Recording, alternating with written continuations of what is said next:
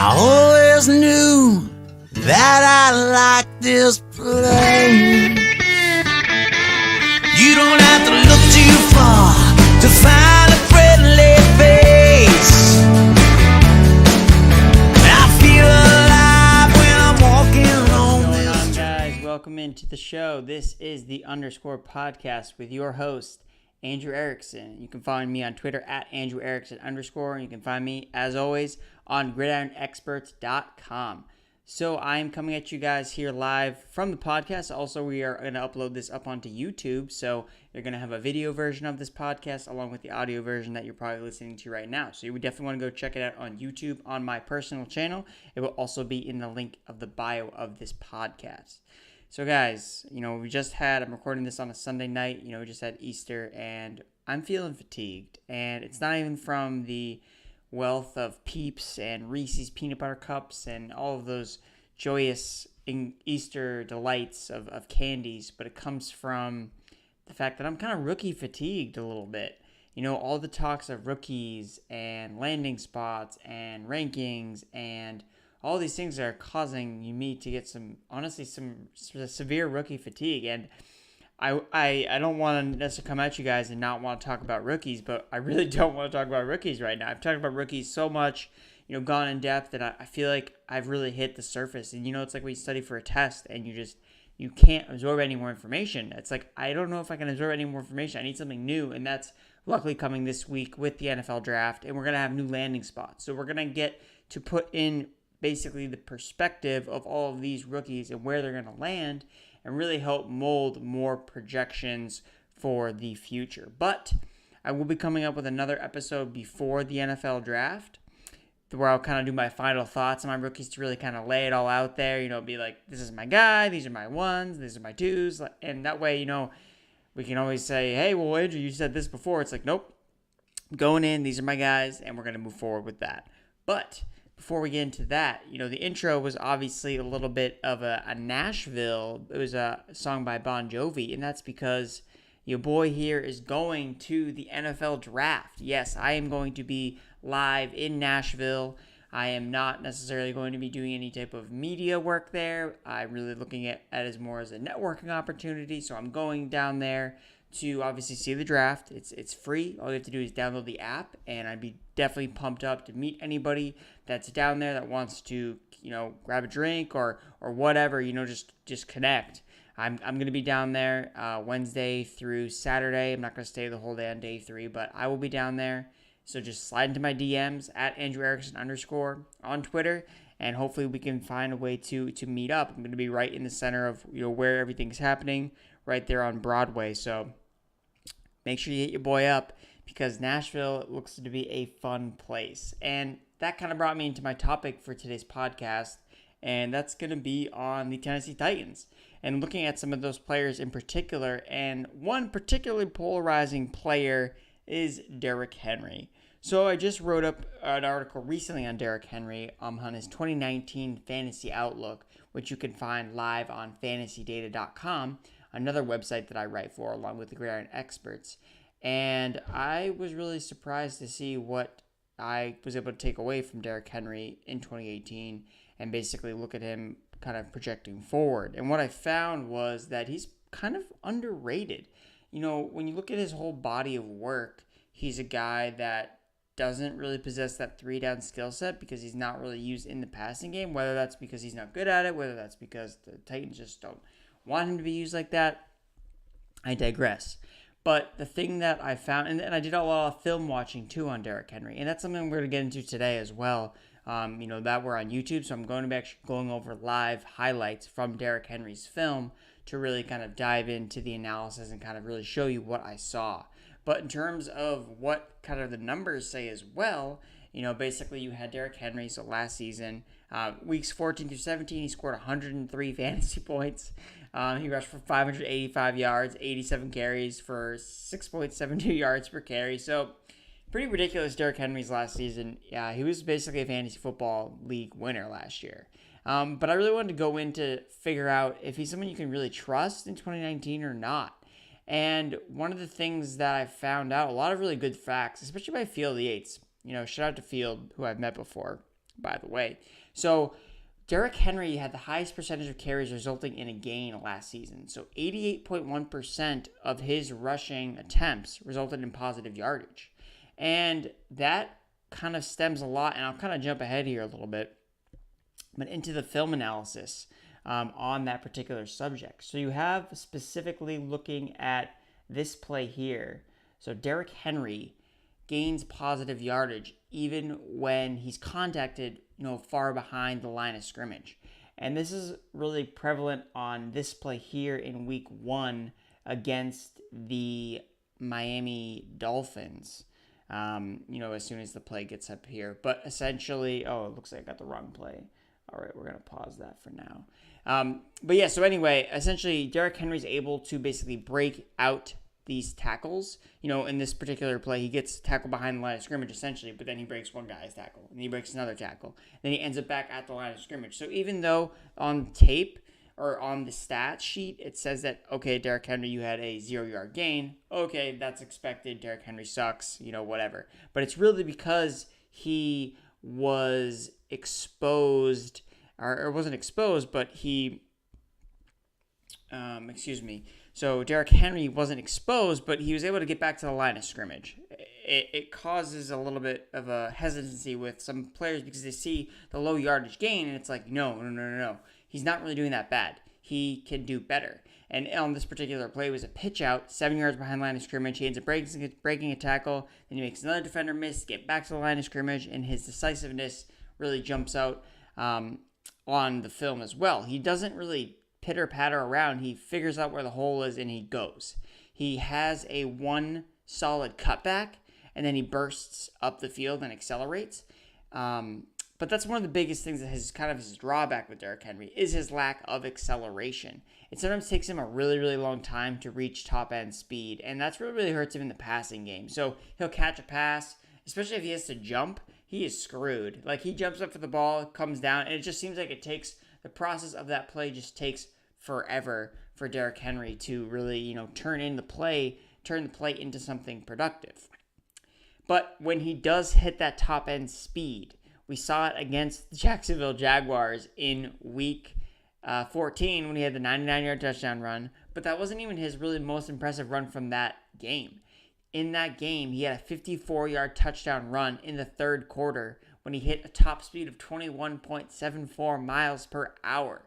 Via Next Gen Stats, that was the 12th fastest speed measured in 2018. It's the same speed by Albert Wilson of the Miami Dolphins, who hit that same speed on a 74-yard touchdown reception in week 3. Albert Wilson has a 4.43 40-yard dash on his resume. That tells you the type of kind of outside ability that Henry has that at his size, a lot of players don't possess. And don't get me wrong, this isn't, Derrick Henry's the best. I don't think he ever will be necessarily a top, not even an RB1 necessarily, because he just doesn't have that 3-down skill set that you'd like him to see, and he's very dependent on game flow. But at the same time, I've heard that people think that Derrick Henry just plain out sucks, and that's just plain out not true. He doesn't suck. He's good at what he's good at, and he's not good at everything. That's why he's not the best running back in the NFL. But according to Pro Football Focus, he also ranks 7th with 30 rushing attempts over 10 yards, 2nd in yards after contact, 2nd in yards after contact per attempt, number 1 in avoided tackles after a rushing attempt. He is a good runner of the football. Maybe he's not as dynamic as a Saquon Barkley or Christian McCaffrey in the passing game. And obviously we know with the PPR leagues that exist nowadays, that's extremely beneficial that you have those types of players that can really focus in on that type of play. That's not Derrick Henry's game. Derrick Henry's game is specific to being a tackle breaker and someone that's going to run between the tackles and someone that when they get to the outside is going to possess that speed to really be an effective player on the offense. So the question now remains, okay, now we have a new head coach, or not a new head coach, we have a new offensive coordinator, Arthur Smith. So how will Henry be able to repeat success with Arthur Smith as the offensive coordinator? Again, Field Yates coming in the clutch with some great tweets. And this is basically just kind of summarizing what Derrick Henry has to work with in the Tennessee offense. So you have the offensive line, Derrick Henry. Derrick Henry's 6'3", 247 pounds. And he's running behind Taylor Lewine, 6'7", 309. Roger Saffold, left guard, 6'5", 323. Ben Jones, center, 6'3", 308. Right guard Josh Klein, 6'3", 300. Right tackle Jack Conklin, 6'6", 308. So you have essentially a wall of 300-pound dudes that are all 6'3" and bigger. Like, this line is massive. Derrick Henry is massive. It's very uncommon to see that your offensive linemen are all as tall as your running back, and in a good way. This line is built to run people over, and another big takeaway just looking at the Titans as a whole is this is not a pass-happy offense. Just look at it. You have Corey Davis, who, through my own review, is inconsistent. He's a guy that flashes at points, but does not elevate the play of his quarterback. I watched the film on Corey Davis, and that's really what my main takeaway was from him, is that, yes, at times he flashes as a number one wide receiver, but then other times he just disappears, and he doesn't elevate the game of Marcus Mariota. And Marcus Mariota is inconsistent in his own right. He's not readily available for teams and players to use him.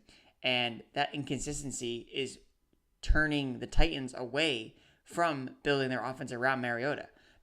How often do you find that a team will come out and say, yeah, we really want to build around a running back? That usually doesn't happen. It's usually they want to build around their quarterback. They want to surround their young piece with pass-catching weapons and do things like that. And that's why this draft is extremely important, obviously for all teams, but looking at the Titans in particular, really take a look at who they draft and who they invest high capital in. If they take a wide receiver in the first round, okay, that probably means that they really want to help Mariota. But if they're going guard, tight end, left tackle, fullback, like if they're drafting those types of players, it's definitely following a run-emphasized offense, which is focused along Derrick Henry. And if he's going to get the volume and he's going to be the main guy, he is going to be relevant in fantasy football. And he's a guy that you can probably get at a value because of his ability. But you just need to know what you're getting yourself into. He is an RB2. He is a top 24 running back. He is not a top 12 running back, not necessarily, unless obviously he does what he's doing, weeks 13 through 17. But outside of, and sure, is it possible that he just miraculously becomes a pass-catching monster? Yeah, it's possible. We saw it last year with Zeke. I wouldn't count on that, though. There's no projection for that to be a realistic, thing that happens for Derrick Henry. But, right now, the GM speak, the coach speak is all good. You got Titans GM, John Robinson. He's saying, he proved that he can step in there and carry the load. We'll try to put that right back on him. We'll certainly be mindful of the carries that he's getting, the touches that he's getting. And then Arthur Smith specifically, who was formerly the tight ends coach for the Tennessee Titans and now the offensive coordinator. Derrick is going to be a big part of our offense. Derrick is a rare skill set. He's a home run hitter. We're taking him another step, hopefully, with him. What he did the last 5 weeks will open up a lot of things. Derrick will be a big part of our offense. You'd like to hear those things about their quarterback. Our quarterback really took steps forward this past season. We really want to build around him. Kind of like the Jets with Sam Darnold. Okay, let's go get out and get him a weapon. It's almost like they're going to build the offense around Henry and not Mariota because, let's be honest, it hasn't worked out. I honestly think that this could be the last season in Tennessee for Marcus Mariota, and I think that we'll see a lot of what that happens this year. And we even kind of saw it with the way that the Titans went out and traded for Ryan Tannehill. Tannehill's not someone that's going to necessarily win the job. I don't expect him to come out and beat out Marcus Mariota, but at the same time, if they find that, hey, Tannehill can run the same offense with Mariota, we're getting the same type of production with Tannehill because we're just basically feeding Derrick Henry the rock, then that'll be interesting. And because Derrick Henry isn't involved in the passing game, he's not going to be able to command a type of market share in terms of salary that a guy like Le'Veon Bell is able to, command. Because he's like, oh, I'm an offensive weapon. It's like, no, Derrick Henry, you're a running back, you're 6'3", you run through walls, you run through, defensive players, that's what you do. So, but, tuning back in with Arthur Smith. So he's been on the Titans staff since 2011, and he's been assistant tight ends coach, assistant working with both tight ends and the offensive line, offensive quality coach. So he's been there for a while, and that's one thing that does bode well for Mariota is that he's been there throughout the entire Marcus Mariota tenure. So even though I don't think that the offense will build around Mariota, I really don't think that's going to happen. There's a chance that Mariota is more efficient than he was in the years past if he can stay healthy. And I think that, in essence, helps Derrick Henry a lot. Because the thing about Derrick Henry is he saw so many 8 men in the box last season. So last year, he actually saw 32.09% of 8 guys or more in the box. So if you what you usually mean, it basically is a strategy against running the ball. Defenses will put in more running backs, more like linebackers, safeties in the boxes, preventing against the run. And I wrote an article similarly about Leonard Fournette, who was facing like a very high rate as well, and it hurts your yards per carry. It really hurts your ability to, it's hard to obviously run when there's 8 guys in the box. And you look at guys like Todd Gurley. There's a reason why he was so successful is because he only saw like 8% of those types of boxes, because the offense was able to spread them out, 3 wide receiver sets. Offense is able to spread them out, and it makes it harder for the defense to really compact and put 8 guys in the box. And if we see that from the Titans potentially, if they run more 3 wide receiver sets with Henry, then that's possible. But at the same time, you have the receivers they have on the team are just not Corey Davis, Taywan Taylor, Tajay Sharp. Like, those are not household names that's really going to get it done. But what we did see was last year was actually, even though it was at 32%, which was the 8th highest in the NFL, it was actually, and even Deion Lewis saw a very high percentage. He saw 25%. That's Deion Lewis, a pass catching back. Even they were loading the box against him. But this isn't something Henry's unfamiliar with. He's succeeded. We saw how much success he had last year, and that was at 32%. That was actually significantly less than the 2 prior seasons before, where he was facing, in 2016, he saw 53%, which was the most. And in 2017, it was right at 50%. So he actually saw an 18% decrease, and we saw how much better he was as part of the offense and as a running back towards the end of last season. So if Marcus Mariota can just improve just like a tiny bit, just be a little bit more consistent, that can really help boost Henry's fantasy outlet, moving forward for the rest of the season. And then it comes to some of Henry's splits here before we get into the film. Looking at Pro Football Reference, guys, you definitely want to use that as a tool. It's really helpful in terms of looking at different splits and looking at different ways that, I wonder how he does in shotgun. Looking at I wonder how he plays in a dome. They're really interesting numbers here, and it's something that you can really use to kind of take away as extra statistics. And here is a list of some of ones that I really found that were pretty interesting. So Henry's highest yards per carry was on first down. So you'd think that, on first down, Derrick Henry's probably not going to rush that many yards. Nope. Actually, on 1st and 10, he averaged 5.4 yards per carry. And then, specifically on first down, it was 5.4. And then on 1st and 10, it was 5.9. So the whole, then they're going to run the ball on first down. Is yes, but he was almost averaging 6 yards a carry. The other thing was he saw very little usage on 3rd down. He had 9 carries for 32 rushing yards on 3rd down. His most usage in the passing game came on 1st down. 8 receptions on 10 targets for 78 yards. When it was less than 1 to 3 yards to convert for a 1st down, Henry had a 62% success rate, converting 29 rushing attempts into 18 1st downs. Overall, on 3rd and 4th and short, Henry converted 6 of his 8 rushing attempts into 1st downs for a 75% success rate. 9 of his 22 total red zone rushing attempts were converted into touchdowns, 41% touchdown success rate. Henry averaged 6.5 yards per carry when the Titans were losing, 4.3 when they were tied, 4.3 when they were winning, and 3.7 when they were tied. That's really surprising. You'd think that, again, Henry, and that's what this kind of does. It solves, you think, okay, I kind of think this. Derrick Henry's only good when the Titans are losing, or when the Titans are winning. Well, that doesn't necessarily seem to be the case, because it looks like when they were losing, he was actually averaging more yards per carry. And maybe that's because they were running more, wide receivers on the field. And when there's more wide receivers on the field, the defense is trying to stop the pass, and that's why Henry's able to run more. There's a lot of different ways you can look at this type of conceptually, but I think it's important to point out with the split stats, it really helps identify some of the different things. Henry saw his highest production come from the huddle and under center, 5.2 yards per carry, and his worst production come from the no huddle.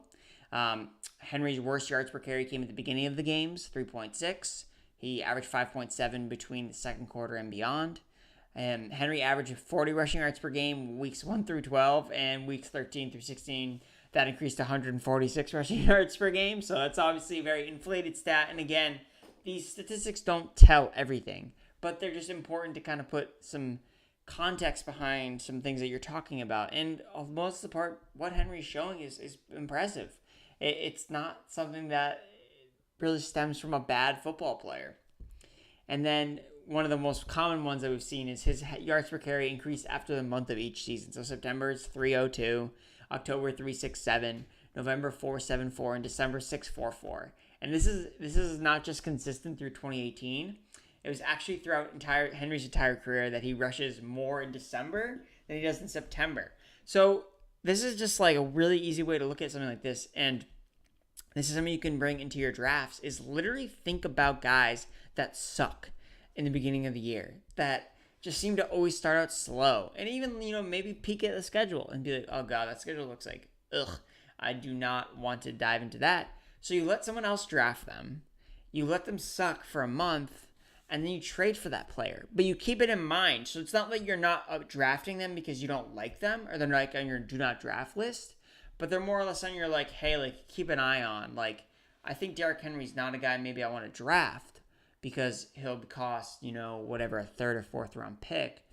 But I'm going to draft X guy in the 6th and 7th, and then I'm going to try to trade that guy for Derrick Henry, week 5, week 6. Because that's something that we've seen consistently with Derrick Henry, is at the end of the year, he turns it on. And it makes sense. He's a big running back. Nobody wants to tackle. It's cold out.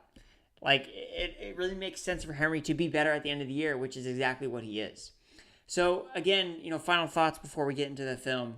But he finished, even though he basically sucked, or literally 12 weeks, he still finishes the RB16 overall in PPR and was RB22 in terms of points per game, 12.6. And the thing is just, again, to keep in mind is that though I think he can be productive as a rusher, that is his main source of fantasy production. He's not going to bail you out with necessarily pass catching work. He's not necessarily going to be great if they're trailing significantly in games and they're really throwing the ball a lot. But as an RB2, and the fact that the Titans have made it quite clear that they really want to build around him, there is upside around him. And I think that he has it's weird to say, but I think he actually has a safe floor as a volume running back. I think he's going to get a lot of touches in the backfield, which I think is going to make him at least a top 24 running back in both formats, in PPR and in the standard leagues. Deion Lewis, he was okay last year. And don't get me wrong, I was on Deion Lewis. I was on the Deion Lewis train last year. I was like, oh, Deion Lewis. And Deion Lewis, for the most part, was better in the beginning of the year last year. But that changed. Derrick Henry became the better running back. And as it seems right now, he's arguably the best offensive player on the Titans. So that's who they're going to build around. And that's what I recommend is, maybe don't draft him. Maybe you only can get him at a value. And just have perspective and be like, okay, maybe I get Derrick Henry as my RB3, and I'm just not going to play him. I'm just going to sit tight, see what happens, and then if he sucks, just kind of, okay, let's look at this. Why is he sucking? Is the whole offense sucking? I just don't think that he should be blamed as much for his struggles as just the offense as a whole and kind of the situation he's been put in. He doesn't play on a really good offense. He doesn't play behind necessarily, the best offensive line. His quarterback, he plays with backup quarterbacks a lot. So those are my final thoughts on Derrick Henry. And I actually have a lot more thoughts on Corey Davis as well, but that'll be saved for another show, maybe some post-draft. But for now, we're going to dive back into the film and see if we can get some good analysis here. So this is a play from week 2 against the Houston Texans. And on this particular play, let's get this thing lit up here. Alrighty, cool. So on this play here, you have Derrick Henry is going to go from the right tackle. And basically what happens on this play is Derrick Henry makes a one cut, boom, right there, and is able to kind of cut across the field.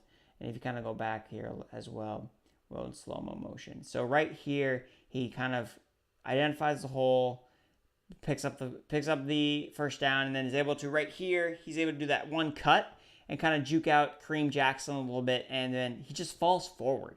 That's the biggest thing I found out about Derrick Henry is he just gains yardage just by falling. I mean, he is a guy who's like 6, exactly. I mean, his size gives him that type of advantage where he can basically just kind of fall forward. And a lot on this particular play that I just showed you guys, and for those that are just listening, I'll just kind of explain it. Henry follows his blocks correctly, and then he uses that one cut to like cut back to get around the DB.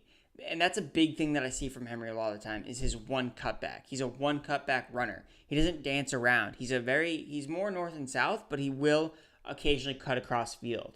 So now on this play, so this is again against the Houston Texans, and on this play, you have Henry line up in the Wildcat formation. So, kind of a gimmicky play here.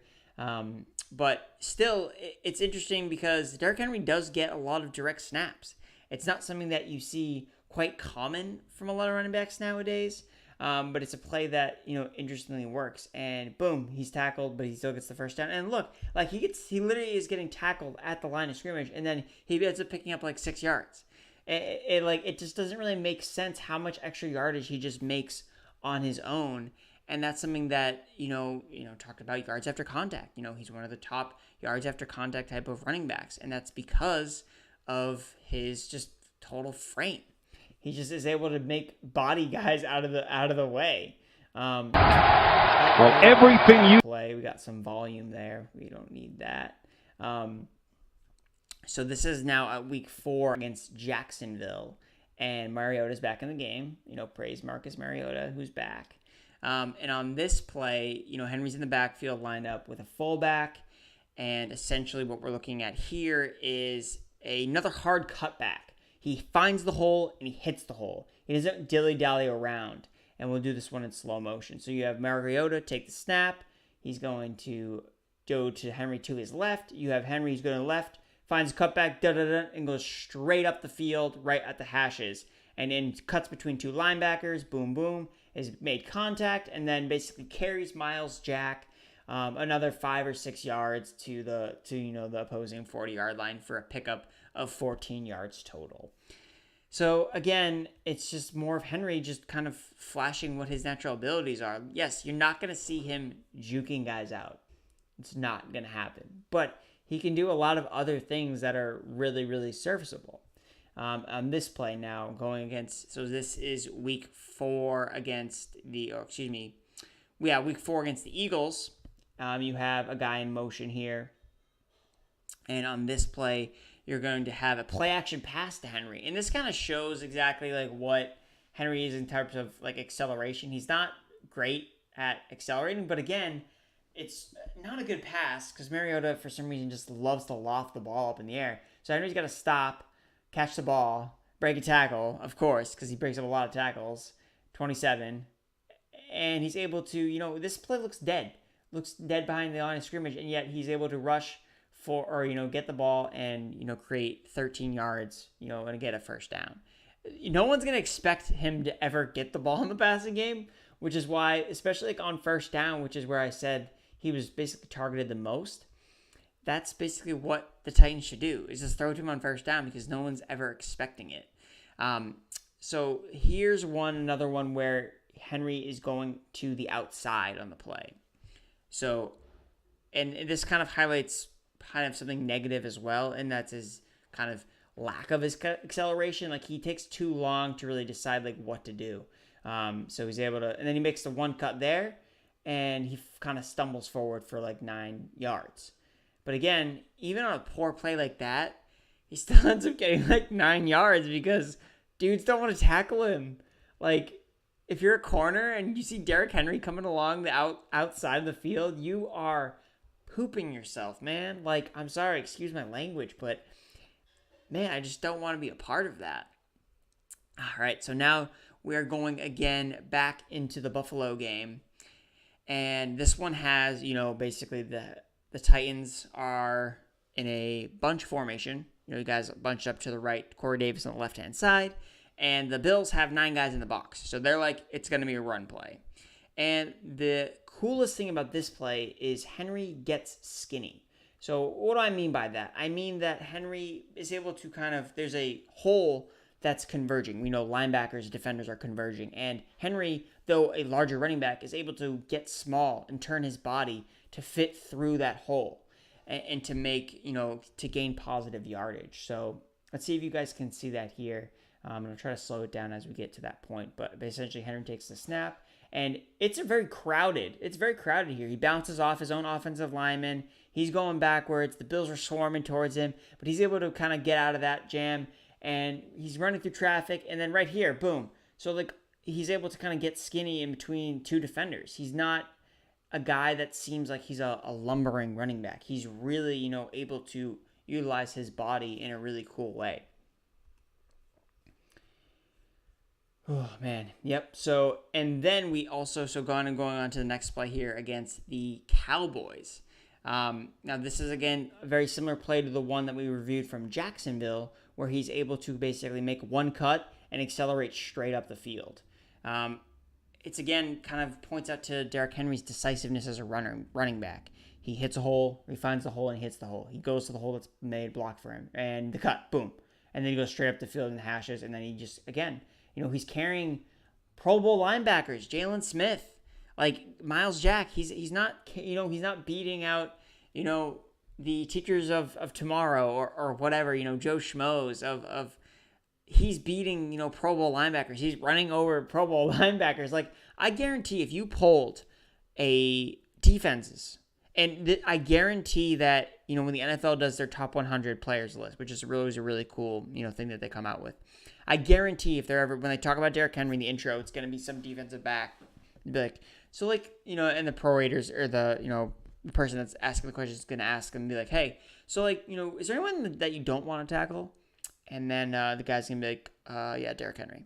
Yeah, I don't like tackling that guy. And then it's going to go to the montage of Derrick Henry basically being a locomotive train. So that's the thing with Derrick Henry. It's just he is a guy that he's not like any other running back really right now. I think that his size and speed are very dynamic for what he can bring to the table. This play, however, shows what he doesn't do well. And this is probably one of his worst plays that I was able to kind of watch on film.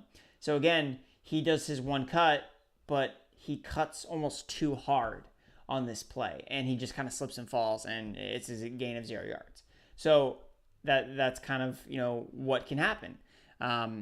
It's just, a play that obviously didn't work out in his favor. But again, it shows too what type of running back he is. And this is something you should kind of keep track of when you watch Derrick Henry is he makes that one cut. And that's it. And that's something that you're not going to see him reverse field he went back here and he did something else and he did something else. That's never going to happen with Derrick Henry. And then the last play here, so this is against the Colts.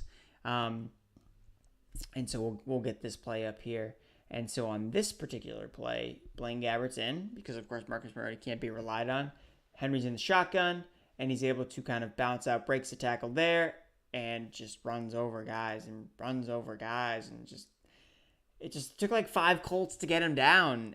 This is something that's special for a running back to do things like that. And maybe it's not as special for fantasy purposes as we'd like to see, but that's just something I wanted to share. And I think that Derrick Henry, though not everybody's favorite running back and definitely not, a guy that you should consider, he's top 5 running back in the NFL or he's top 5 fantasy running back. He is a fantasy running back that you should be on your radar, and you shouldn't feel gross about drafting Derrick Henry, because that's how I feel about Amari Cooper. I feel just I don't want to take Amari Cooper. And I'd say Derrick Henry's kind of falls in that RB category, maybe a Leonard Fournette.